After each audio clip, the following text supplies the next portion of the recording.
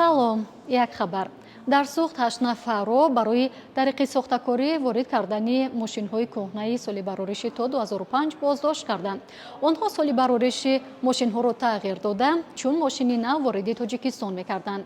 дар ин бора раисати Кумитаи давлатии амнияти миллии Тоҷикистон дар сӯхт хабар дода гуфт, ин нафарон бо истифода аз як дастгоҳи компютери лазерӣ винкодҳои мошинҳоро тағйир медоданд. онҳо ба ин тариқ даҳҳо адад мошинҳои соли кӯҳнаро ба Тоҷикистон оварданд. боздоштшудагон барои тағйир додани соли барориши мошинҳо маблағи аз 800 то 1000 сомонӣ мегирифтанд.